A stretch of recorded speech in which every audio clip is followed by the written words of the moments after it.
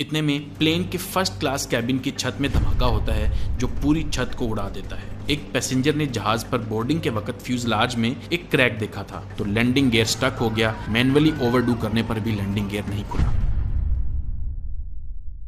28 अप्रैल 1988 Aloha airlines की एक flight 243 ने हवाई के हीलो एयरपोर्ट से टेक ऑफ किया होनोलुलु के लिए। ये 1 घंटे का सफर था। मौसम शानदार था, सब कुछ बिल्कुल ठीक था, लेकिन कुछ देर बाद अचानक पूरे प्लेन को बहुत जोरदार झटका लगता है। सब कुछ बिल्कुल ठीक ठाक होने के बावजूद भी प्लेन कंट्रोल से बाहर होने लगा। इतने में प्लेन के फर्स्ट क्लास कैबिन की छत में धमाका होता है जो पूरी छत को उड़ा देता है। कितने लोग चलते जहाज से उड़कर गिर गए और कैसे ये जहाज टूटा, चलिए इस वीडियो में देखते हैं। फ्लाइट पर 89 पैसेंजर्स और 6 क्रू मेंबर्स थे, जिनमें captain Robert Schornstheimer and first officer Madeline Tompkins भी थे। ये दोनों इस 19 साल पुराने प्लेन को बहुत अच्छे तरीके से चला रहे थे। 28 अप्रैल के दिन एक पैसेंजर ने जहाज पर बोर्डिंग के वक्त फ्यूजलाज में एक क्रैक देखा था। उसने सोचा शायद स्टाफ को पता होगा इस चीज का, तो वो इग्नोर करके आगे चली गई और प्लेन टेक ऑफ कर गया। 24,000 फीट की हाइट पर प्लेन में बैठे लोगों को अचानक जोरदार धमाका सुनाई देता है। फर्स्ट ऑफिसर टॉम्पकिंस ने फौरन पीछे देखा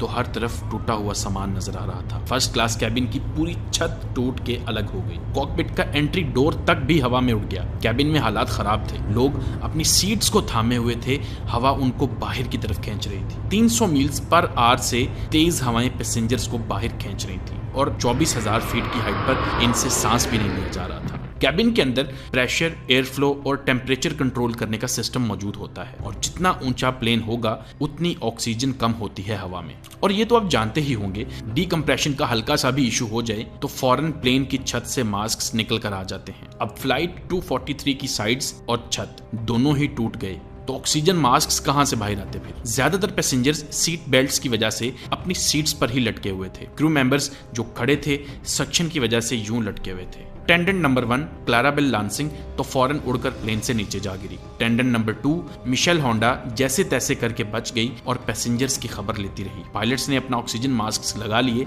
लेकिन प्लेन का कंट्रोल लूज होने लगा। प्लेन कभी लेफ्ट जा रहा था तो कभी राइट। टॉम्पकिंस ने होनोलुलु को बताया कि उनको इमरजेंसी लैंडिंग करनी है। इतने ज्यादा शोर की वजह से उनका मैसेज आगे सुनाई ही नहीं दिया। ना ही पायलट्स फ्लाइट अटेंडेंट से कम्युनिकेट कर पा रहे थे, ना खुद से बात कर पा रहे थे। उन्होंने हाथ के इशारों से कम्युनिकेशन स्टार्ट की और इमरजेंसी लैंडिंग का प्लान करने लगे। जहाज डबल स्पीड से अब नीचे जा रहा था, तकरीबन 4100 फीट पर मिनट के हिसाब से। इतनी स्पीड से इमरजेंसी लैंडिंग का मतलब था क्रैश। प्लेन 14,000 फीट की हाइट पर आया तो टॉम्पकिंस ने माउई के इमरजेंसी चैनल पर इमरजेंसी लैंडिंग की रिक्वेस्ट भेजी। साथ में कहा कि मेडिकल इमरजेंसी के लिए भी रेडी रहें, कैजुअलिटीज हो सकती हैं। माउई में काहुलुई एयरपोर्ट पर तैयारी शुरू हो गई। फर्स्ट क्लास कैबिन के पैसेंजर्स ऑक्सीजन ना होने की वजह से सफोकेट होने लगे। जैसे ही प्लेन 10,000 फीट नीचे आया, कैप्टन ने स्पीड स्लो करना स्टार्ट कर दी एटीसी के कहने पर। अब पैसेंजर्स के लिए सांस लेना तो आसान हुआ और पायलट ने रनवे की तरफ प्लेन को मोड़ लिया। नीचे आते आते प्लेन भी काम करना बंद करने लगा।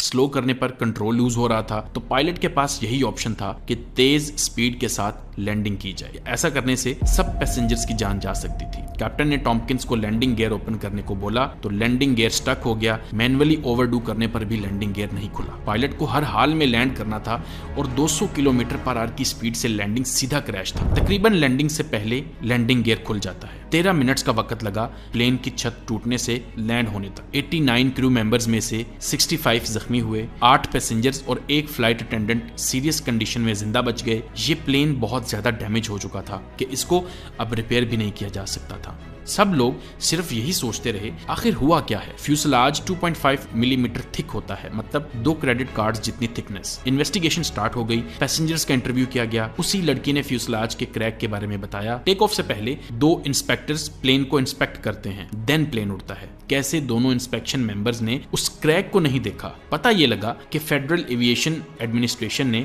इंस्पेक्शन कॉस्ट्स कम करने के लिए काफी सारे जॉइंट्स की इंस्पेक्शन को गैर जरूरी कहकर खत्म करवा दिया था। यानी जिस जॉइंट पर क्रैक था उसकी इंस्पेक्शन कभी हुई ही नहीं थी 4 साल में। इतनी छोटी सी चीज की वजह से कितना बड़ा नुकसान हो सकता था किसी ने सोचा भी नहीं था। टास्क फोर्स बनाई गई, कोरोजन कंट्रोल प्रोग्राम्स डेवलप किए गए। अगर किसी भी प्लेन पर कुछ डिटेक्ट होता तो पूरे फ्लीट को इंस्पेक्शन के लिए रोक दिया दिया जाता। ये बहुत ही महंगा काम था, लेकिन फ्लाइट अटेंडेंट क्लैरेबल की जान से ज्यादा कीमती नहीं था, जो गिर गई थी, जिसकी बॉडी तक ना मिल सकी। लेकिन अगर हालात और खराब हो जाते तो उस दिन बहुत सारे लोग अपनी जान से हाथ धो बैठते। कुछ ऐसा ही एक हादसा पेश आया ब्रिटिश एयरवे फ्लाइट 5390 के साथ। 10 जून 1990 बर्मिंघम से मलागे जाती हुई ये फ्लाइट, जिसमें 81 पैसेंजर्स और 6 क्रू मेंबर्स BAC 111 एयरक्राफ्ट पर थे। को पायलट अलास्टेयर और कैप्टन टिमोथी लैनकास्टर दोनों तजर्बाकार पायलट्स थे। प्लेन टेक ऑफ करता है। 17,000 फीट की हाइट पर वो अपने सीट बेल्ट्स खोलते हैं और प्लेन को ऑटो पायलट पर लगा देते हैं और क्रू मेंबर्स को इन्फॉर्म करते हैं कि वो खाना सर्व कर सकते हैं। Flight attendant Nigel Ogden cockpit में पायलट्स को ब्रेकफास्ट के बारे में पूछने आता है। तभी अचानक कॉकपिट की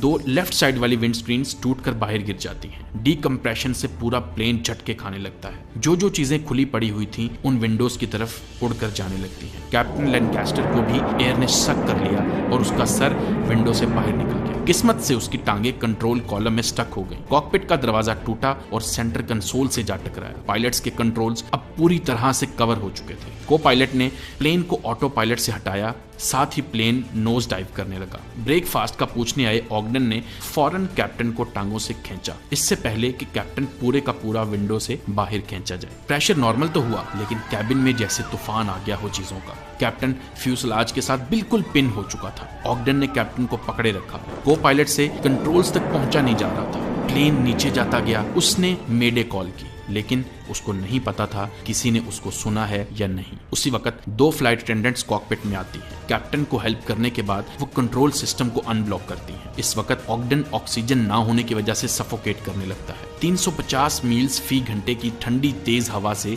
उसको लग रहा था उसके बाजू टूटने लगे हैं। दोनों फ्लाइट अटेंडेंट्स ने कैप्टन के पांव से खुद को जकड़ लिया। तब तक को पायलट ने प्लेन का कंट्रोल संभाल लिया और नीचे ले जाने की कोशिश की। कैप्टन की बॉडी लेफ्ट साइड पर स्लाइड करती गई, जिससे उसका फेस विंडो पर चिपक गया। कॉकपिट में सबके दिल बैठ रहे थे, क्योंकि कैप्टन की हालत बहुत खराब हो गई थी।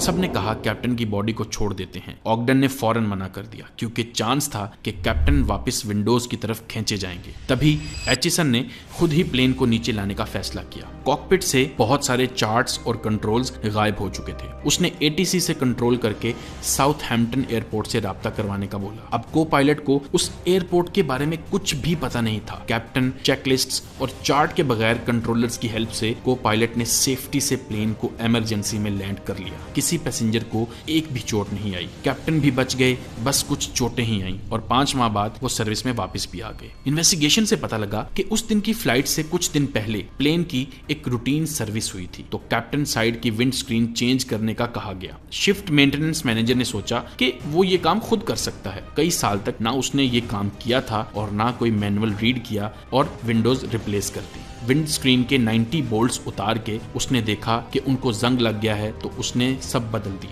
न्यू बोल्ट्स बहुत छोटे थे। जो न्यू बोल्ट्स उसने लगाए उनमें सिर्फ 0.02 इंच का फर्क था। उस दिन फ्लाइट के दौरान प्रेशर की वजह से बोल्ट्स बाहर निकल गए और ये हादसा पेश आया। इसी के साथ इस वीडियो का